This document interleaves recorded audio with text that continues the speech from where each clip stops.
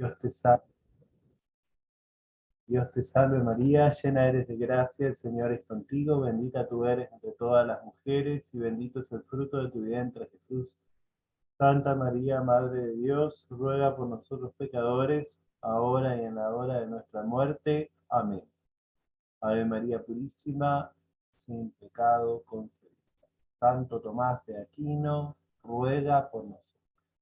En el nombre del Padre, del Hijo y del Espíritu Santo. Amén. Bueno, hoy vamos a empezar la segunda clase de metafísica, que vamos a hablar sobre la causalidad. Vamos a explicar qué es esto y cuál es la importancia que tiene para la filosofía. Bueno, el ente, sobre todo, como hemos hablado del ente por participación, el que tiene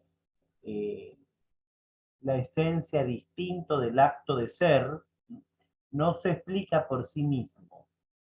No se explica por sí mismo, porque tiene dos cosas distintas, coprincipios que existen juntos, y necesariamente tiene que recibir el ser de otro. Es contingente. La palabra contingente quiere decir que puede no estar. Si puede no estar, quiere decir que alguna vez no estuvo. Por esta razón, necesariamente, el ser causado, producido, podemos decir así, por otro, se explica por ese otro.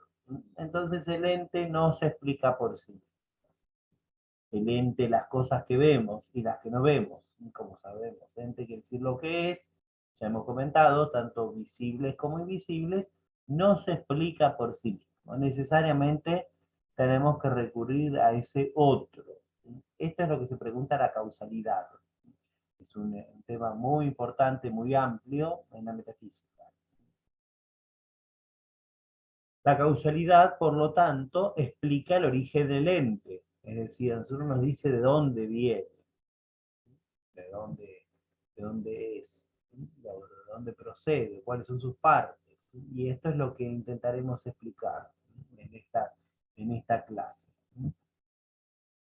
Como si uno dijera, por ejemplo, estas bolas que están allí, ¿no? Si se mueve la última pelotita, evidentemente quiere decir que recibe un impulso de otra, y de otra, y de otra, y se explica porque la primera viene con una fuerza, digamos, que golpea la primera movida, y así esa golpea la siguiente, y así sucesivamente hasta la última. Necesariamente hay una sucesión de movimientos, y porque vemos que la última se mueve, entonces quiere decir que hay una primera que le da ese impulso, por ejemplo, ¿no? Entonces en el movimiento hay algo que lo hace pasar de la potencia al acto. Como nosotros sabemos, la definición de movimiento, que ya hemos explicado en la clase de cosmología o de filosofía de la naturaleza, que es el paso de la potencia al acto, necesariamente se explica por un ser en acto. Por lo tanto, podemos decir que la causalidad, su definición, es aquello que procede de cualquier modo que sea. Es decir, que hay distintos modos de procedencia, y que influye en ser causado. Bueno, y es un concepto necesario de esta causalidad, la dependencia. Hay una dependencia, ya sea en cualquiera de las causas que hoy estudiaremos y analizaremos. De tal forma de que si no hubiese esa dependencia, no habría causalidad.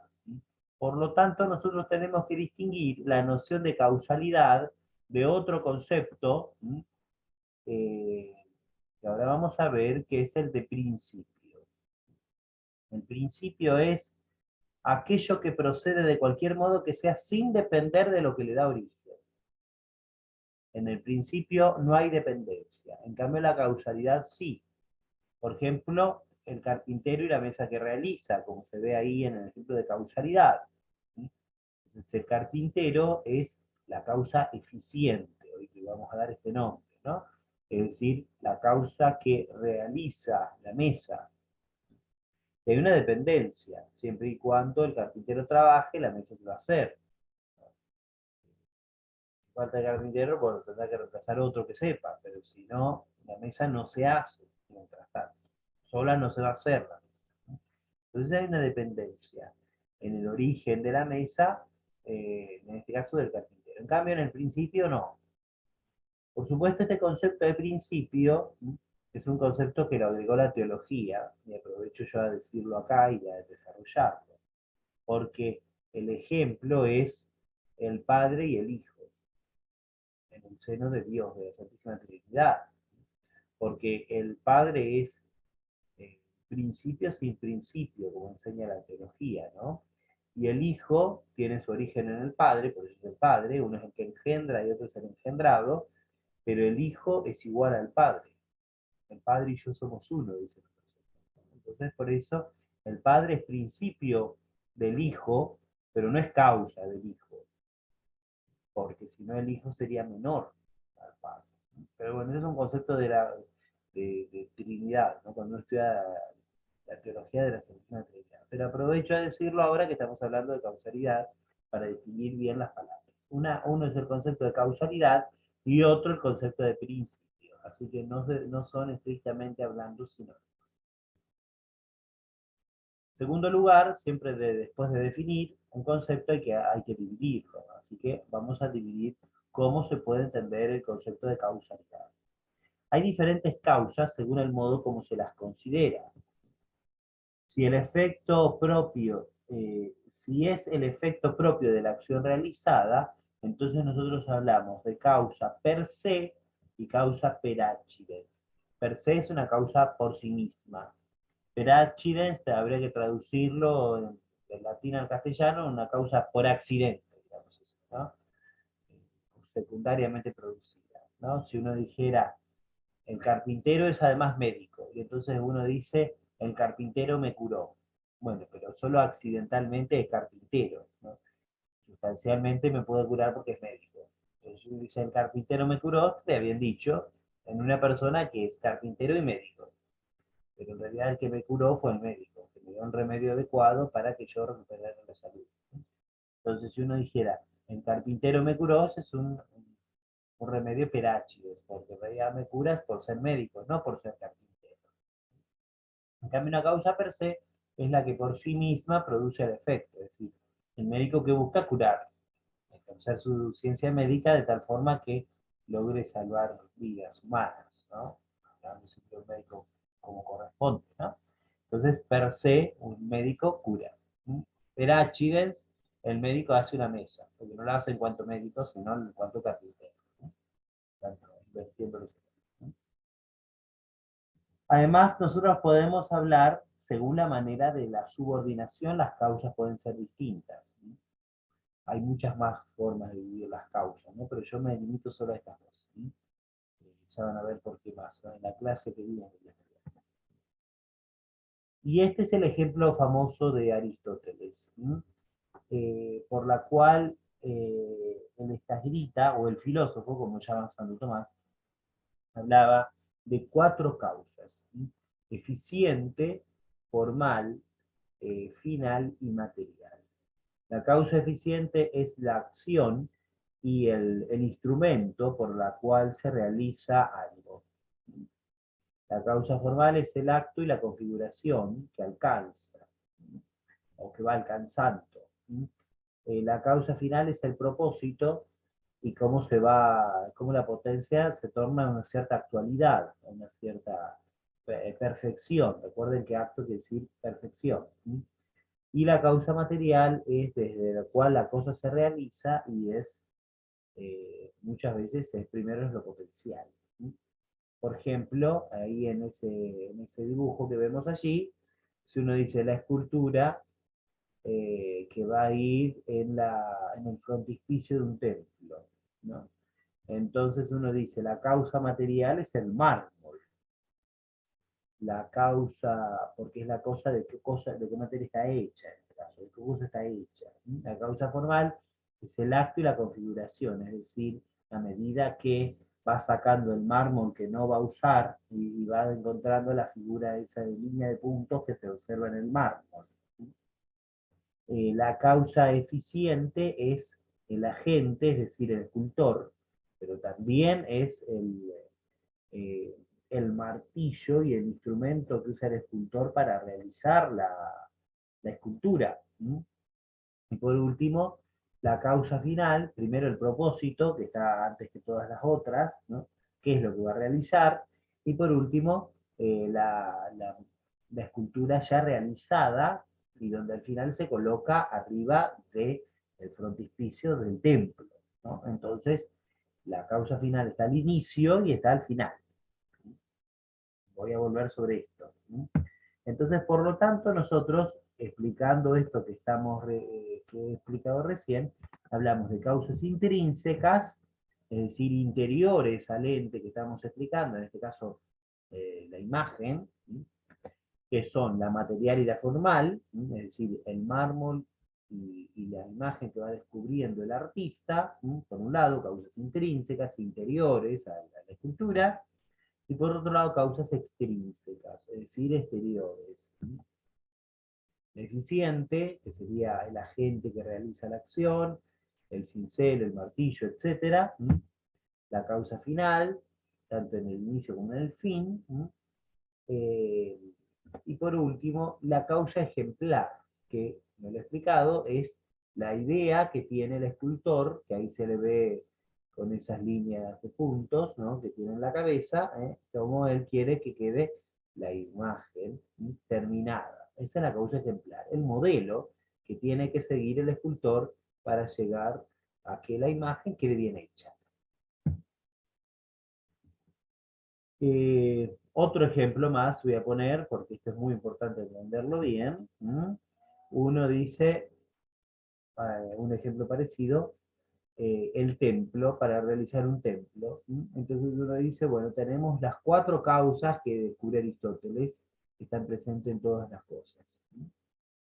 Entonces uno dice, primero se piensa una casa o un templo, ¿no? Esa es la causa final en la intención, que uno dice, vamos a hacer un templo. Vamos a hacer un templo, vamos a hacer una casa, entonces, en ese sentido, eso está en la intención. Alguien desea o planea o hacer un templo, ¿no?, una casa. En segundo lugar, se realiza un plano para hacer una casa, ¿no?, para que quede bien hecha la casa, ¿no? Entonces ese plano es la causa ejemplar, es la idea que tiene el arquitecto, que después va a tener que llevar a cabo los albañiles para que la casa quede bien hecha. En tercer lugar, la causa material, es decir, se compran los materiales adecuados para que la casa se pueda realizar de modo eficiente. O el templo, ¿no? O sea, todos los materiales que corresponden. Ahí se ve la piedra, ¿no?, cincelada por el artista en el dibujo, ¿no? En cuarto lugar, se compran los materiales según dice el plano y se van colocando, ¿no? Entonces esa es la causa formal. Los materiales bien colocados, ¿no?, y en la posición según el plano. Entonces la causa formal bien hecha tiene que ser según la causa ejemplar. Es decir, la causa formal depende de la causa ejemplar. Voy a volver sobre esto más adelante en esta clase. Por último, queda la casa como estaba diseñada. Es lo último.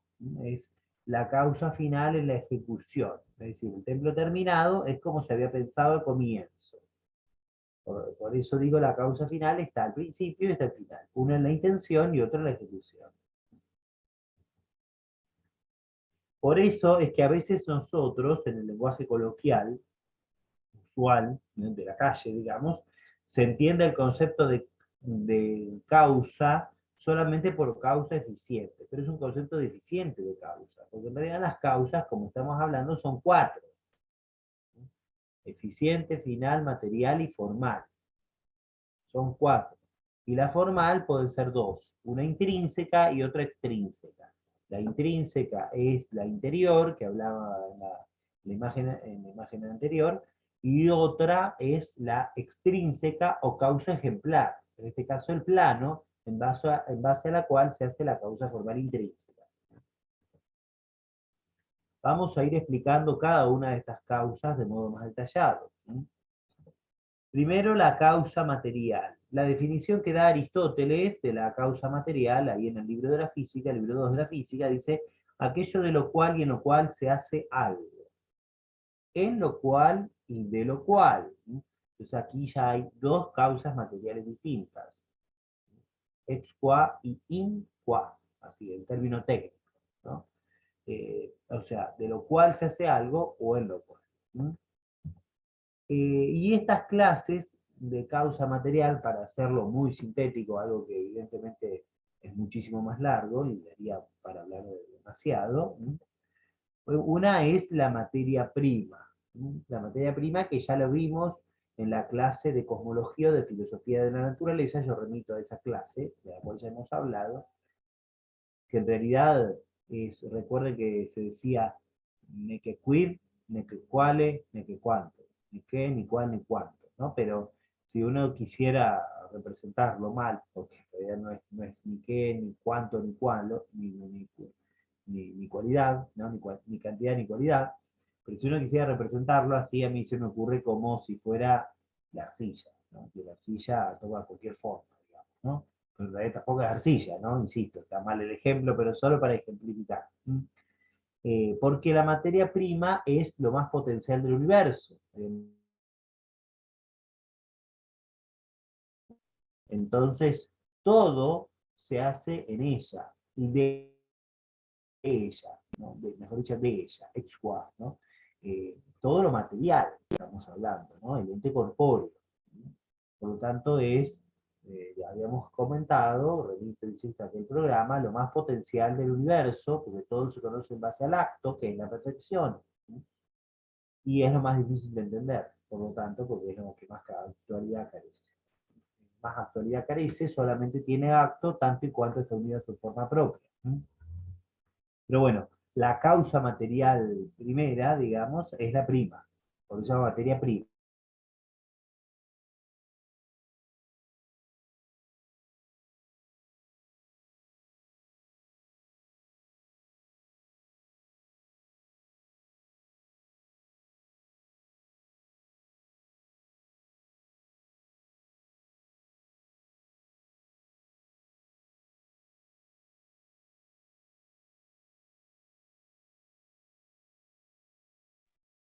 Tenemos unos momentitos, hermanos.